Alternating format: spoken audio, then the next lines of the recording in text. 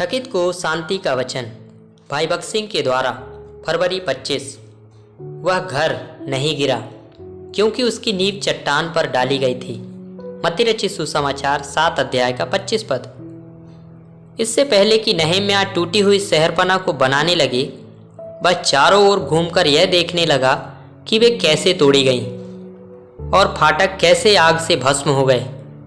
इससे पहले कि हम परमेश्वर के भवन का पुनर्निर्माण करें, पहले हमें बांझपन के कारण का पता लगाना चाहिए।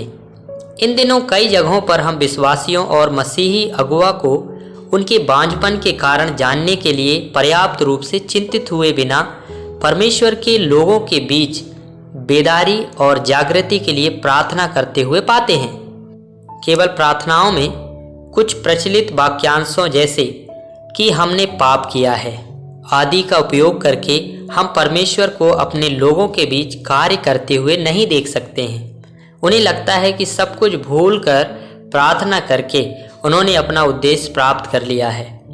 विश्वासी भी इसके विषय में कुछ और किए बिना केवल प्रार्थना करने से मात्र जागृति की आशा नहीं कर सकते। जब तक कोई मरीज डॉक्टर को अपनी परेशानी के बारे में नहीं बताता है, तब तक डॉक्टर उसकी जांच नहीं कर सकता है तथा उसकी बीमारी का निदान नहीं कर सकता है और उसे सही इलाज नहीं दे सकता है। यरूशलेम की शहरपनाह की यह दशा इज़राइल के पापों के कारण थी। इसका खुलकर सामना नहीं किया गया था।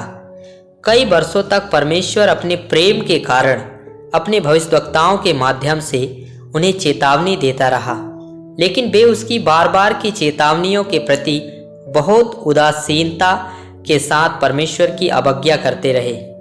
उन्हें पर्याप्त अवसर देने के बाद परमेश्वर ने बाबुल के राजा नबूकदनेस्सर को भेजा और उनके शहर को नष्ट कर दिया, शहरपनाह को तोड़ दिया और फाटकों को जला दिया। आजकल भी ऐसी ही स्थितियां देखने को मिलती हैं।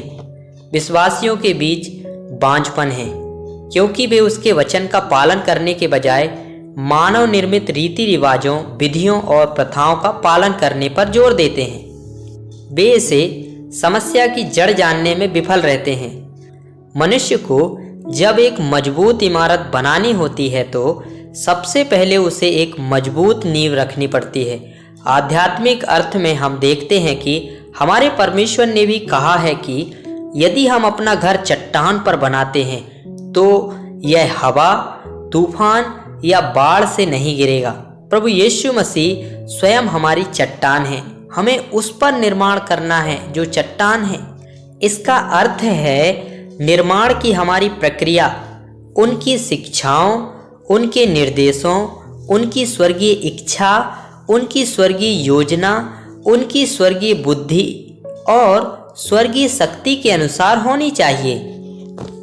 इफिसियों की पत्री 2 अध्याय का 20 पद में हम पढ़ते हैं, और प्रेरितों और भविष्यवक्ताओं की नींव पर जिसके कोने का पत्थर यीशु मसीह आप ही है बनाए गए हैं। हम विश्वासियों ने ऐसा ही किया है कि एक मजबूत आध्यात्मिक नींव पर एक आध्यात्मिक घर का निर्माण करने के लिए बहुत से लोग इस पहले नियम को भूल जाते हैं और परमेश्वर का घर बालू पर बनाने की कोशिश करते हैं, उन चीजों पर जिनमें परमेश्वर का कोई आधार नहीं है। इसलिए हम देखते हैं कि हर चीज टुकड़ों में बट रही है। परमेश्वर हमें इब्रानियों की पत्री 12 अध्याय का 26 पद में बहुत गंभीर चेतावनी दे रहा है कि वह उन सबको हिला देने वाला है जो मनुष्यों की बनाई हुई उत्पत्ति और व्यवहार में है। इसलिए हम जो कुछ भी करते हैं वह परमेश्वर के वचन पर आधारित होना चाहिए। अगर हम चाहते हैं कि हमारा काम फल लाए और विरोधी ताकतों की परीक्षा का सामना करना पड़े।